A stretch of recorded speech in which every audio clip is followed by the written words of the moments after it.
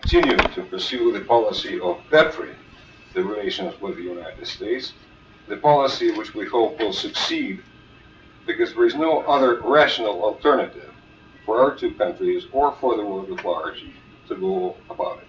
Thank you very much.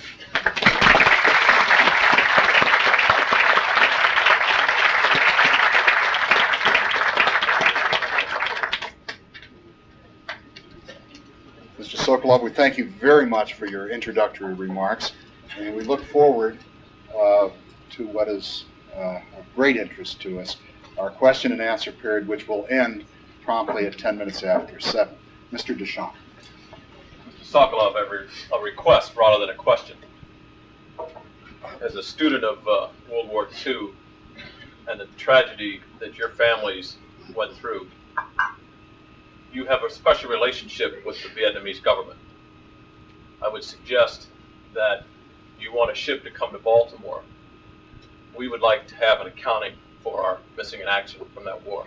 We have 38 missing in action from this state. I can't speak for the State Department, but if you and your activities with Mr. Dobrynin bring pressure on the Vietnamese to account for our missing in action.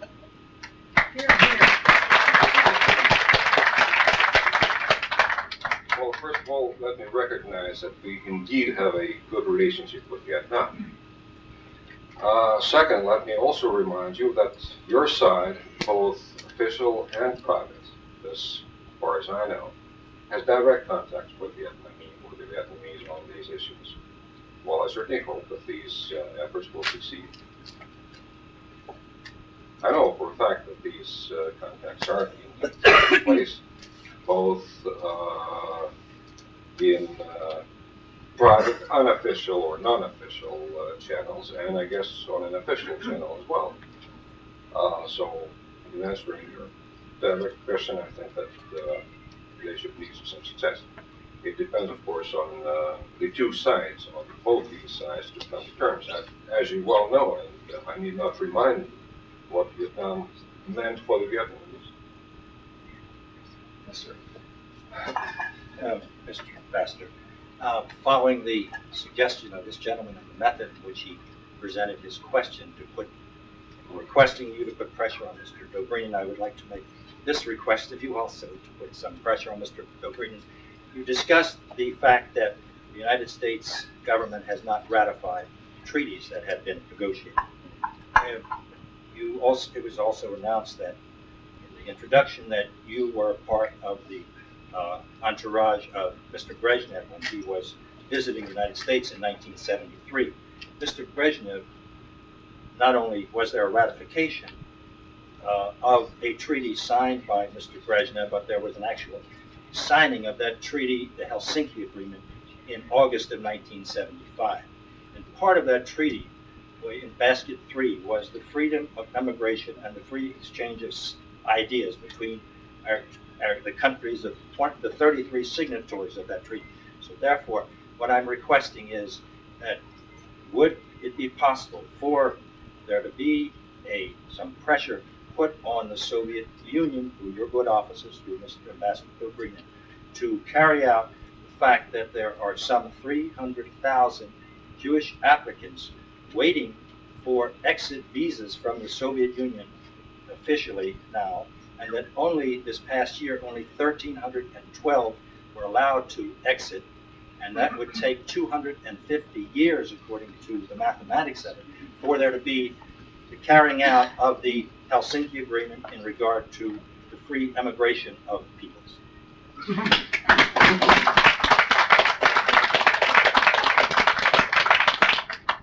Your question is understandably a serious one. I recognize it as such, except for the part where you want me to put pressure on the Britain. It's hardly the best proposition of how to go about it. But let me also remind you, in terms of the Helsinki Agreement, that there is a proviso there, and that proviso applies to every state that signed it. There were indeed 35 states, including the U.S.S.R. and the United States, that provides for due account to be taken in considering all these matters, family reunification of immigration and so forth, due account to be taken of the existing laws and regulations of each country signatory to the Helsinki Accords. This is an important thing to keep in mind. With all the due respect that I think prompt, or at least on my part, I think prompt your question. Thank you. Mr. Paulden? Even though the subject of today's meeting is Soviet-American relations. Not election. No, we're not Election. interfering in the internal affairs of the United States. And I'm encouraged by Dr. Bird's remark or reference to mankind, say. And I'm sure Russia can't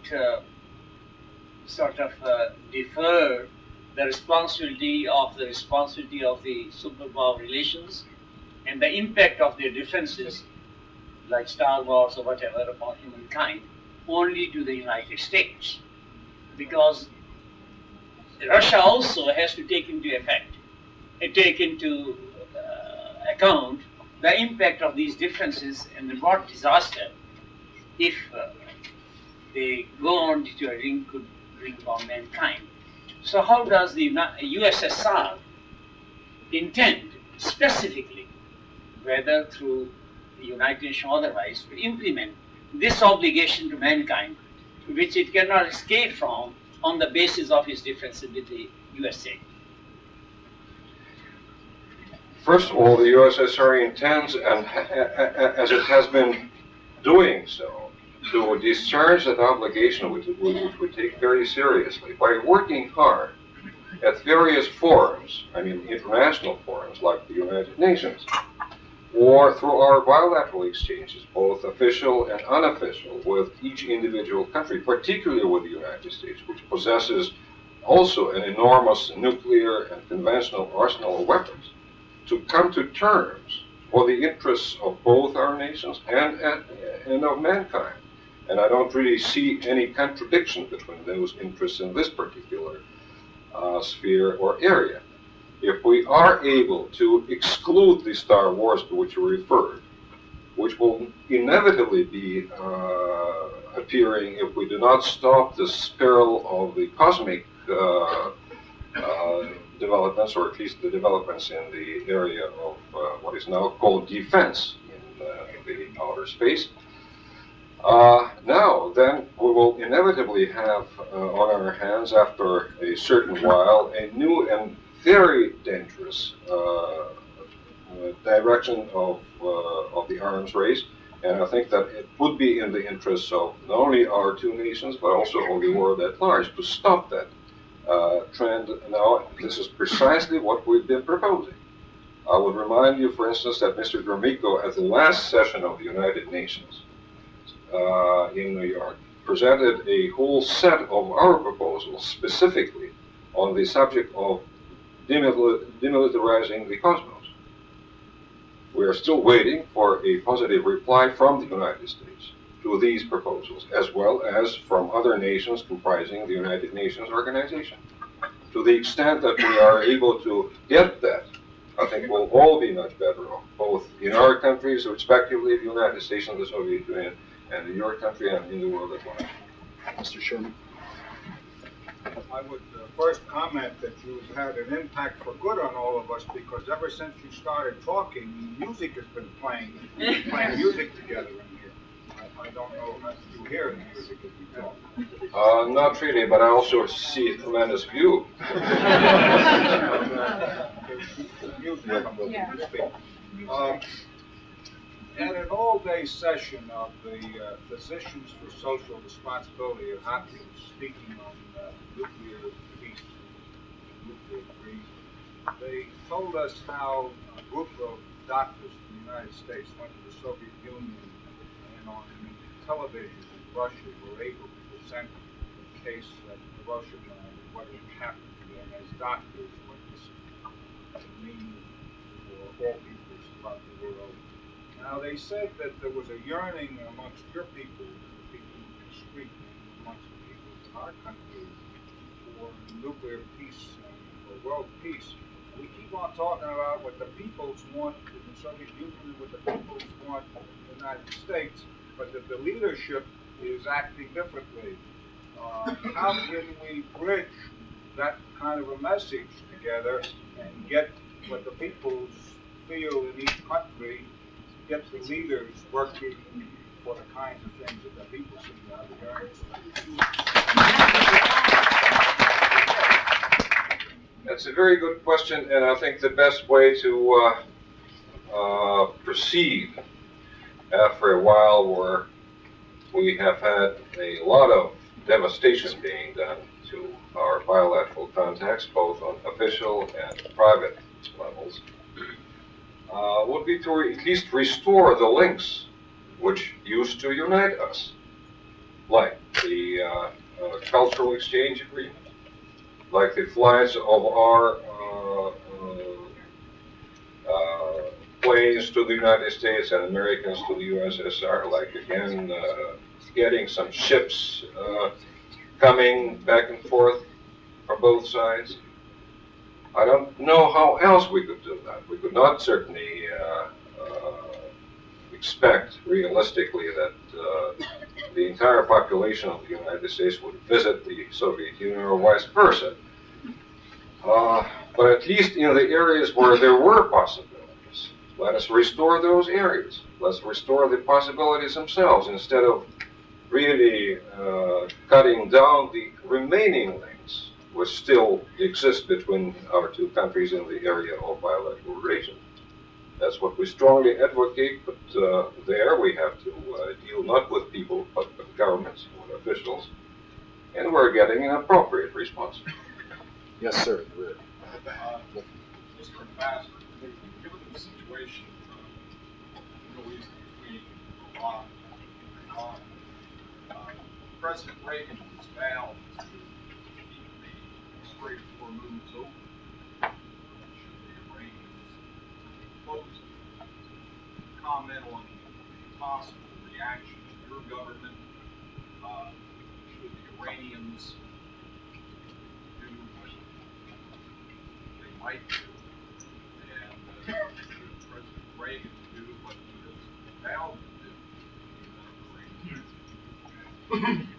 Well, I don't think I should comment on what the highest leadership of this country is about to do or does, and so forth and so on. Let's remember that I'm a diplomatic predicate to your government.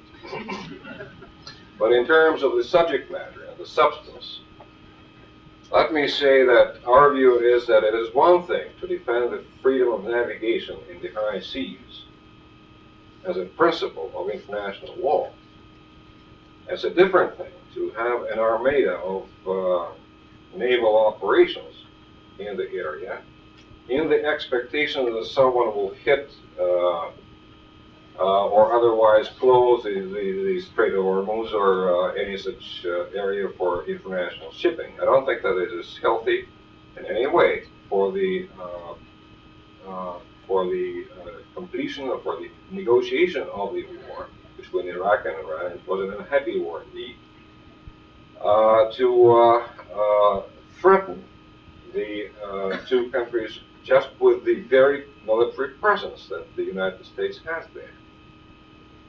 And I think it will be far better from the point of view of regulating this situation if we could rely on diplomatic, political, other non-military means instead of necessarily having ships and military presence to substantiate this kind of policy.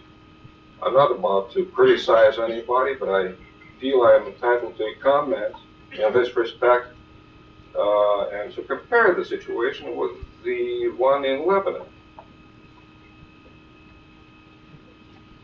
Yes.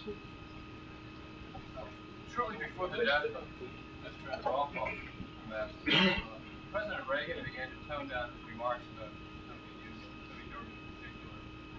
And then we began to hear of a potential summit meeting between Yushchenko and Mr. Reagan. And then over the weekend, apparently, the West German leader of the Social Democratic Party, Oleg, had some discussions with Soviet officials in Moscow. concerning a potential summit that the American embassy is discounted. And I'm wondering whether you might give us your opinion on a potential summit between the two leaders and whether, in fact, it can take place before the general election.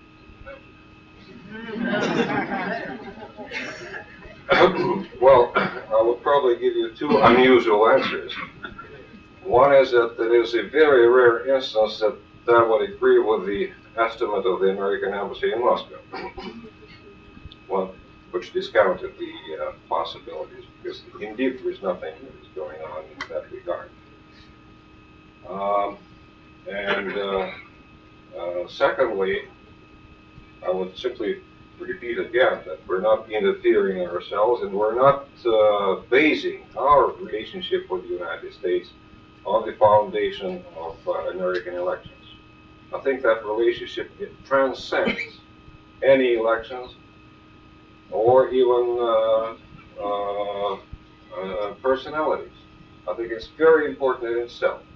And we are dealing with the United States not just individually on some basis, but as a sign, as a state, as a great power, which has its own interests, just the same way as we do. And it would be futile and, of course, highly unrewarding if we indeed decided to play the various cones and pros in an election here. No, we don't have any such intentions. Mr. Blumberg? Mr. Augusta, there have been press reports, and you referred to it slightly in your address, that at the disarmament conference now going on, the Soviet Union agreed to on-site inspection to verify the destruction of chemical weapons. I therefore have two questions. Question number one, they agreed to unlimited on-site inspection, or were there conditions? The second question, since you also referred to the fact that there is an agreement that has not been ratified, underground testing of nuclear weapons, is the Soviet Union now prepared for unlimited on-site inspection to verify whether nuclear explosions have or have not taken place?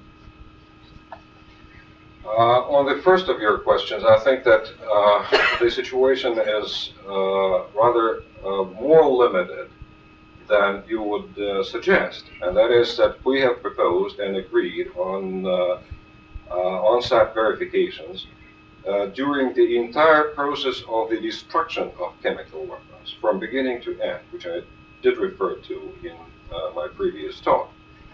I think that generally in the area of control, our theory is that we have to control something that is being eliminated in terms. Let me say clearly what my government is prepared to do. My government is prepared to ratify both these treaties. I mean the Treaty of '74 on the underground nuclear weapon tests and the Treaty of '76 on the underground peaceful nuclear explosions, as they are in the present form in which they were negotiated, signed, and were in fact functioning, except for being ratified. We think that it would be a very good step at the present moment to do that. After they are ratified and thus put into effect, let's enter any negotiations on any additional measures of control and verification which are not in those treaties. Because there are some provisions in both treaties which directly concern verification and control over how these treaties are going to be implemented. Let us put the already existing mechanism, which has been worked out in the course of the negotiations, to work and see whether or not it is enough to have that mechanism, or to have, or it is advisable to have something extra going beyond that mechanism. But in the case that we decide that there should be something extra, let us have additional negotiations, but not to the detriment of the treaties themselves. Let me just rephrase the question slightly. Yeah. You had a choice. In order to get the treaty ratified, to agree to unlimited on-site inspection, Or if you were not willing to do that, the reason not to have conflict, what choice would you make? I don't think it is a realistic choice, sir. I don't think that the American side would agree to have an unlimited on-site inspection by the Soviet side, all of these same tests. Mr. Israel? I wanted to ask you one question about Afghanistan. Could you tell us, what are the real purposes of Russia with regard to Afghanistan?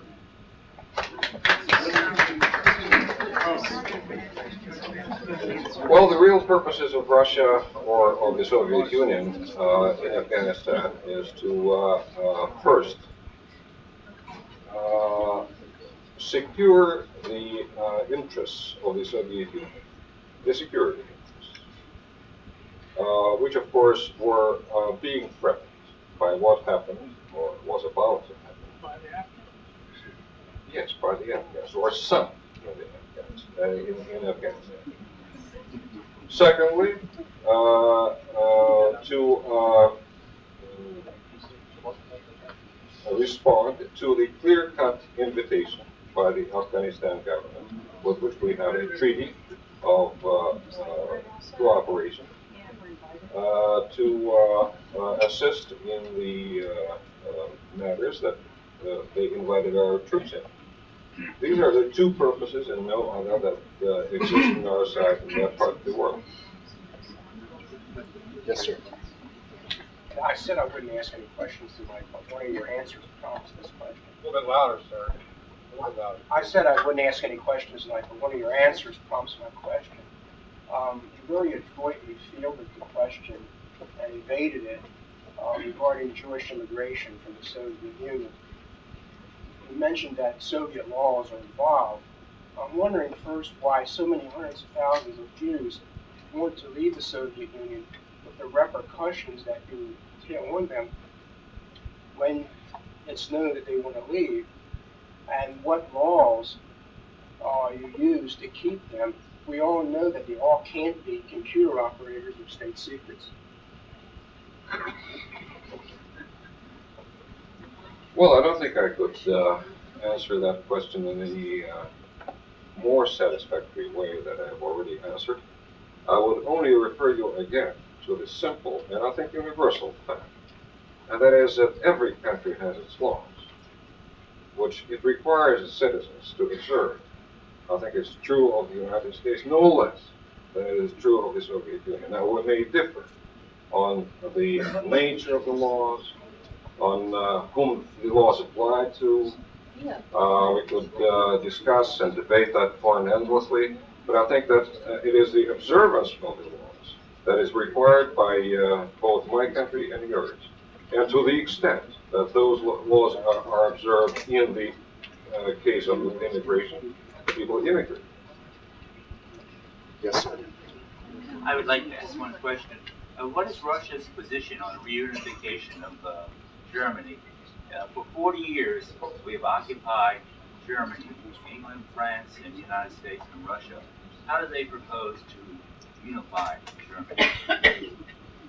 I don't think there are any realistic propositions for that particular end, nor does the question really arise or is put by either the Soviet Union, the United States, the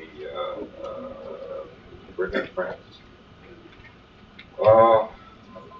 You know that the Federal Republics of Germany and the German Democratic Republic are two German states which have a common border, and people go from here to there.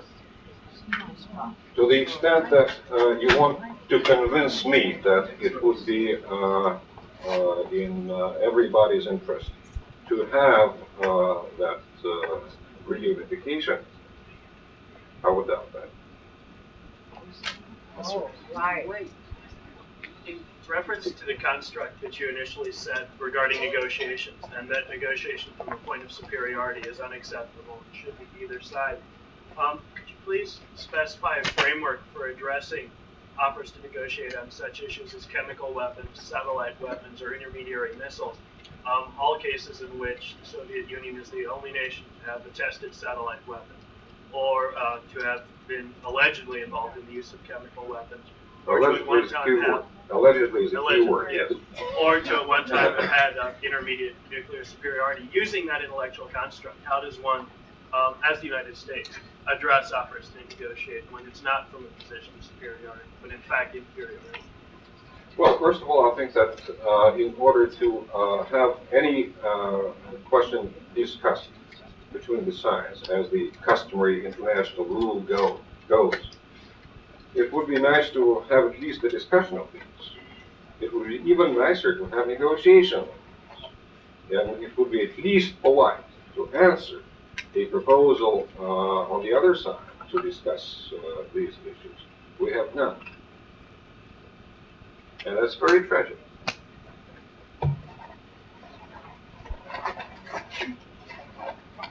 Yes, sir. Mr. Ambassador, I've read a couple of reports. One is you had a mishap in underground nuclear where you lost quite a few scientists. The other thing is I will be able to verify sometime by June on how much chemical warfare we used in Afghanistan and by a young lady who's coming from it. The other thing is that as far as Afghanistan is concerned, it's cost Russia approximately between 30 and 40,000 troops, one general in the last couple of months. Would you answer that? What's the question?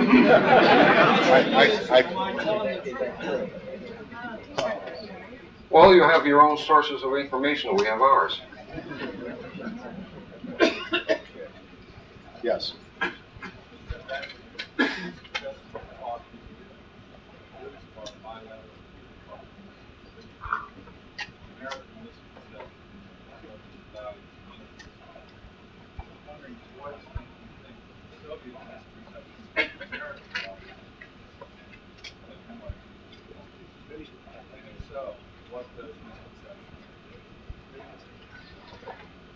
Well, it's very difficult for me to answer for the other side, but I think that it is basic to understand and realize that we are not in interstate relationship dealing with a situation whereby one of the sides wants to reshape the other in its own image.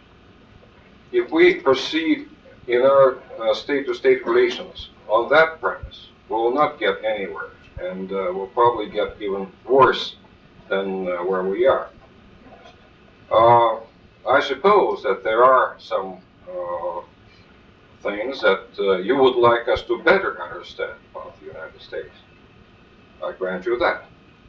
I suppose there are also a lot of things that you would not like in my country, and without going into details on this polite audience, I would simply say that there are a lot of things which I wouldn't like in your country. But that is not the basis for our relationship as two great states in this world. And the important thing, and probably the whole trick of living together in this world, is precisely to learn how to live as two different social systems on one planet without jeopardizing and certainly without destructing the other side in the process.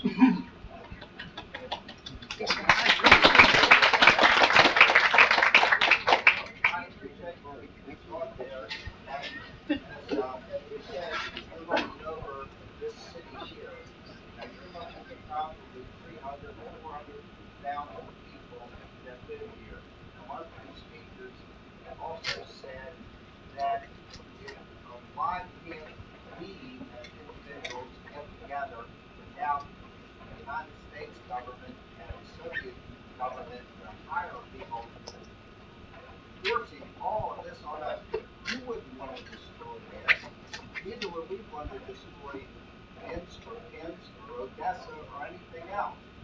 In your deliberations, can you or can all of you people, and the same with the United States governing people, try to think about us individuals, we're all the same. If half these people were Russian tonight, there wouldn't be anybody hitting each other on the head because we are all human beings. Let's try to get together and build a better world with individuals and trust in the average, normal, common person. Let me applaud your statement. Yes, ma'am. You indicated that the U.S. had not ratified various limitations agreements, or limitation proposals, I should say, on nuclear arsenals, and also that in answer to Mr. Sherman's question, and even you proposed dialogue and cooperation as a means to catalyze trust, indicating that our failure to ratify, in fact, had a detrimental effect on trust. Absolutely. But then later, and I can appreciate that, I was with you, you carried me along on that. But then later you mentioned that the Soviet Union stands ready to ratify various proposals. Ready to ratify is not something I understand, sir. Ratification is something that one does singularly, and indeed it engenders trust in the other. So if the Soviet Union stands, ratification is a singular act. I ratify because the states in my country agree, or you ratify because your country agrees. It is a unilateral act. Hopefully the other will ratify too, and then you have an agreement. So if you stand ready to ratify the many things you speak of, why have you not so ratified? Because that show of cooperation might indeed catalyze the same from us. Well, we should probably think about it. But again, in interstate relations, you have to have at least a certain guarantee that the other side will do likewise. There's an American statement, it's a joke, it says, after you, Alphonse. Each one waits for the other. I would suggest that one can't be certain in this life of anything. One can only take a chance, and if the chance is a good calculated risk, one should take it. And if you stand ready to ratify, then indeed I would suggest that you do so. Thank you for your suggestion. No, seriously, it's an interesting suggestion. Tomorrow it'll be 7 years since Anatol Sharansky has been in prison. Don't you think it would create a better atmosphere between Russia and the United States? Well, it's about Sharansky, which of course had to come up Tomorrow from it'll be 7 years since Sharansky has been imprisoned. I think that it might create, don't you think it would create a better atmosphere between the United States and Russia if he was freed?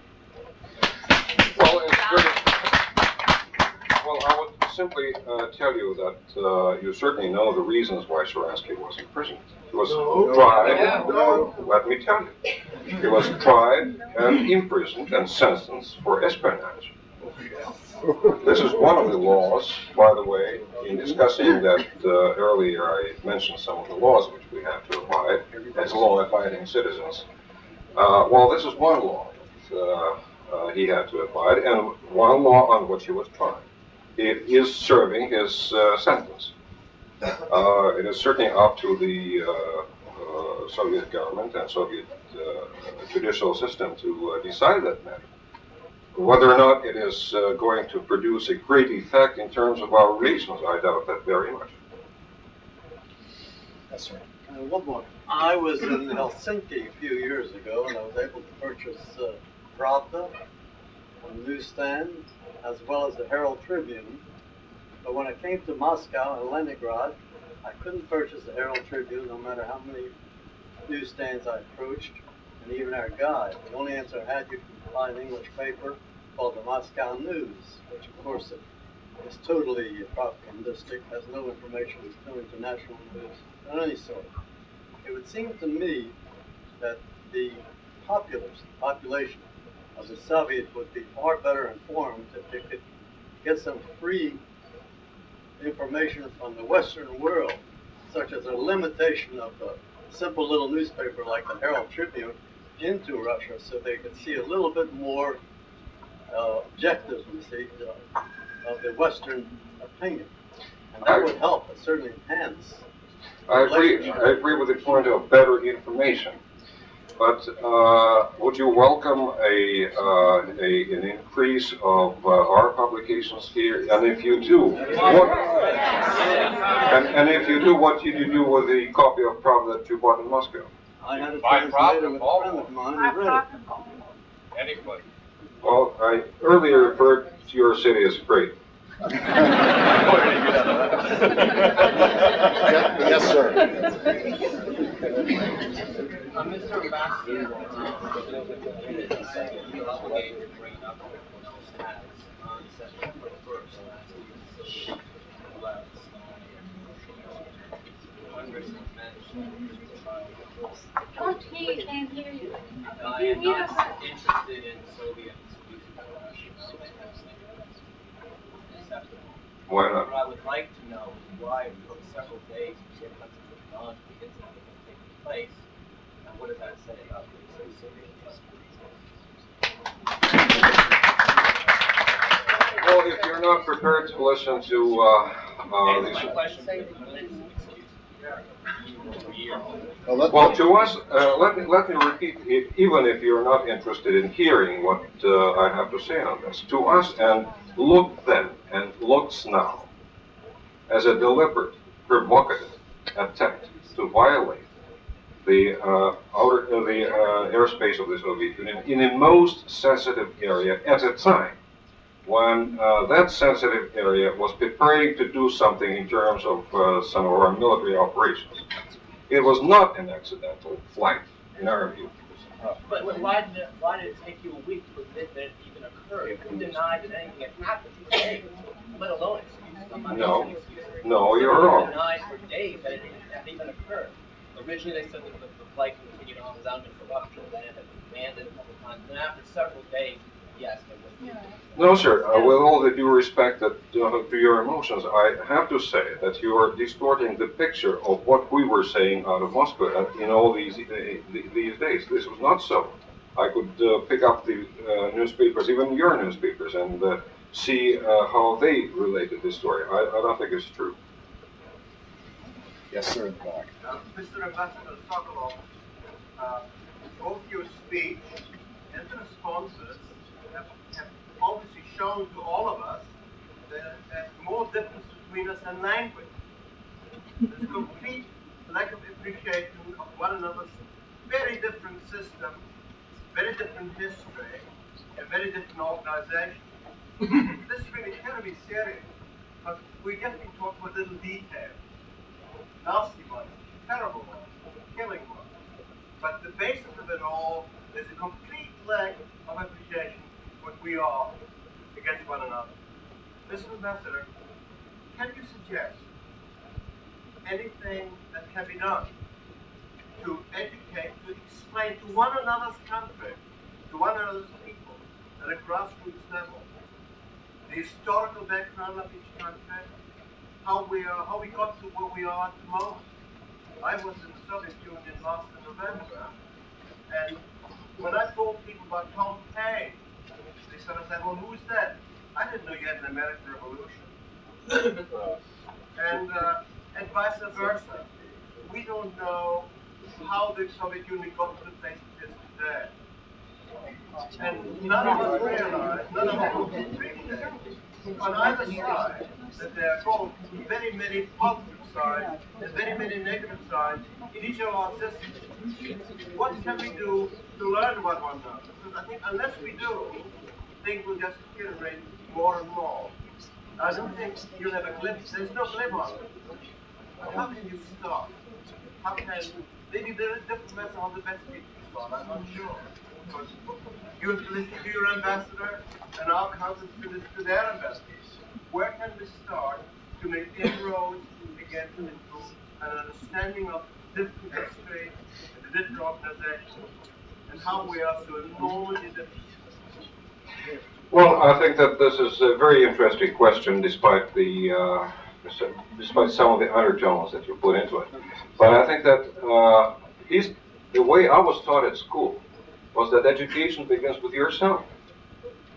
If you try to read more of the Russian history, if you try to, while going to the Soviet Union, explain to our people what the American history is, to the extent that they don't know who Thomas Paine was. May I ask you or any of the Americans that I would come across anywhere in the United States, whether or not they know someone less than Lenin or Stalin or Khrushchev or this time Chernenko? So it really, there is a question there, I grant you that, but I think that to put yourself in a position of saying that, well, we should be better educated about the affairs of the others, well, I grant you, yes, we should be. But I think that some people in this country also should be better educated as far as the Soviet Union and its affairs are concerned, and as far as the history of our Soviet-American relations go. I think it should be done too. Yes, ma'am.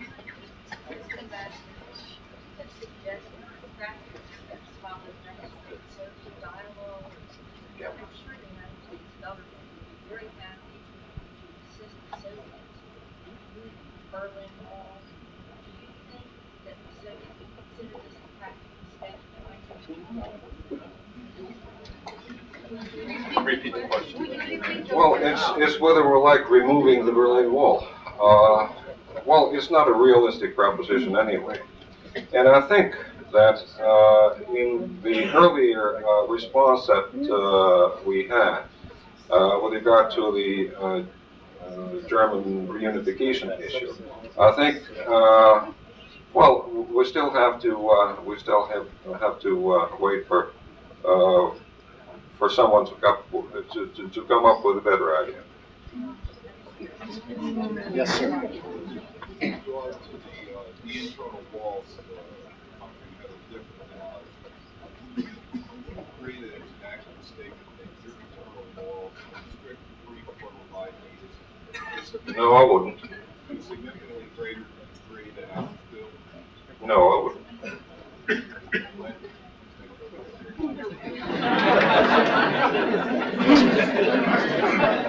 I teach in our schools, and I'm very distressed when I mention Tchaikovsky and Stravinsky, and all the kids say, "Oh no, we don't study about the Russians," and I am very distressed about this.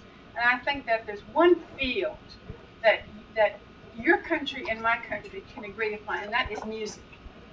And among others. I wonder if you study about Gershwin and Copland and Bernstein and Michael Jackson, I just wonder if we do share. Yes, I wonder if we can share something in music.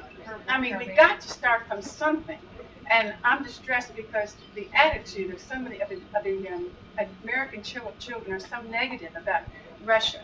And I try to tell them that you're giving me so much gorgeous music and so much in the arts. And I just wonder, in Russia, do you tell them that Americans have given them much in music also? Well, not only in music, ma'am, if I may tell you, well, it is inconceivable in my country that a child will be brought to the age of a grown-up without knowing Mark Twain, without knowing Uncle Berryfin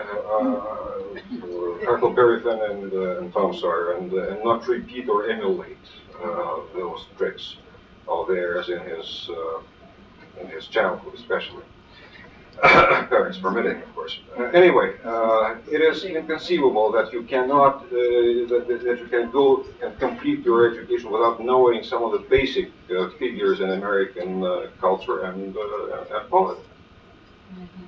I'm not so sure that it is so, to the extent that either the Russian history or the Soviet Union's history, and that applies also to the arts, is concerned. Now, I grant you that if you have some negative attitude toward Tchaikovsky and Stravinsky in your class, yes, we hit the lowest one. I was asked to ask you one question concerning the ebb and flow of American foreign policy. And most Americans view American foreign policy as swinging somewhere between containment and détente. And at various periods since World War II, we've been at different points on that continuum.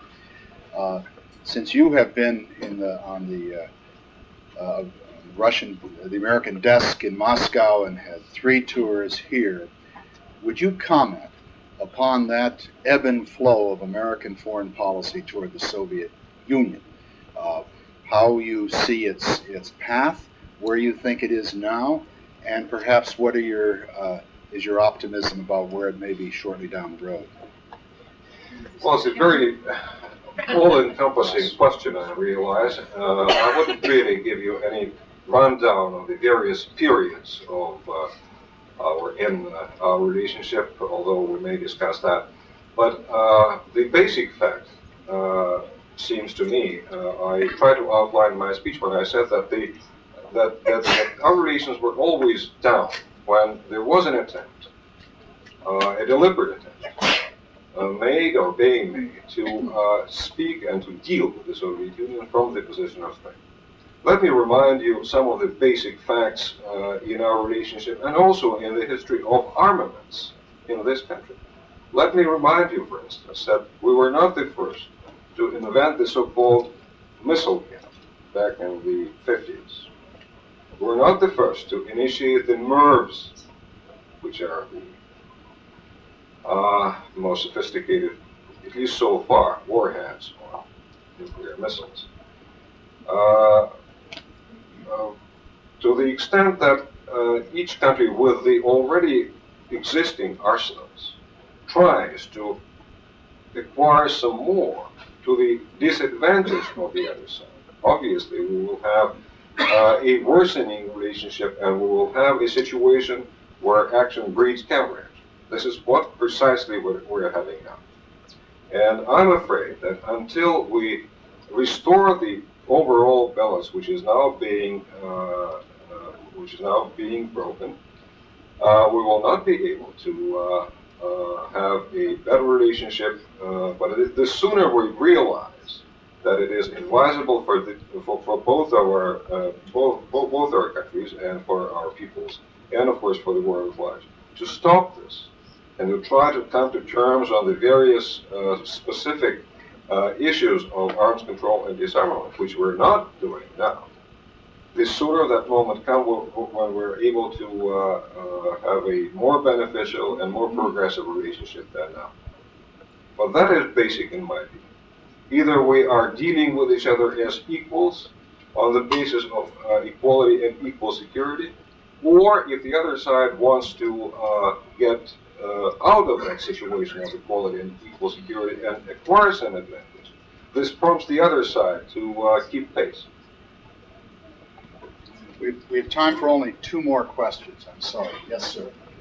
Mr. Ambassador, considering the situation with the Korean airliner shooting down, what do you think the Soviet Union's reaction would be if one of our aircraft shot down one of your military aircraft that constantly penetrates and overflies some of our sensitive areas on both the east and west coast? Have you heard or seen any such instances where our aircraft was penetrating the airspace of the United States? Your aircraft are constantly flying along the perimeter and also penetrating our early warning systems along our east coast. Along the perimeter, but not entering the airspace of the United States. This is a key difference, as you understand. I don't quite think that's the case, Mr. Ambassador. Well, I know for a fact that the attempts to penetrate the Soviet airspace were numerous in the past. Let us remember the situation in May 1960, for instance, the Gary Powers situation. Are you familiar with that? What was it? My question, though, Mr. Ambassador, was what would be the Soviets' reaction to such a thing? Well, in a hypothetical situation that you pose, I suppose it would be definite enough. Yes, sir. Mr. Ambassador, what did you say tonight? What would your ambassador agree to say? We were to tell you that each and every person in this room would take an issue of coffee every day for the next 6 months.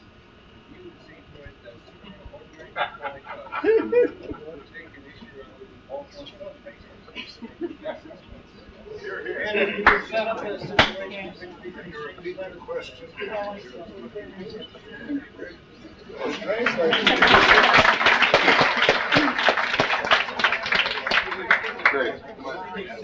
The question was essentially, what would the ambassador think if everyone here was willing to take an issue of a Russian paper and a similar number of issues of the Sun might be exchanged, in short, a tit-for-tat exchange of media. Are you willing for that purpose to study the Russian language? That would be a good beginning. We're awfully sorry that the hour has escaped us. We're delighted that you've been able to join us, share your time with us, and to share your opinions as well. We all have the enormous hope, I think, that over a period of time, communications such as this might come to the point where genuine accommodation in the spirit in which you suggested between nations of very different viewpoints might be attained in order that some kind of tranquility and stability be found in this world. And I think the spirit of your comments in that regard is one that everyone can share, and we wish both our great states well in that pursuit. Thank you very, very much.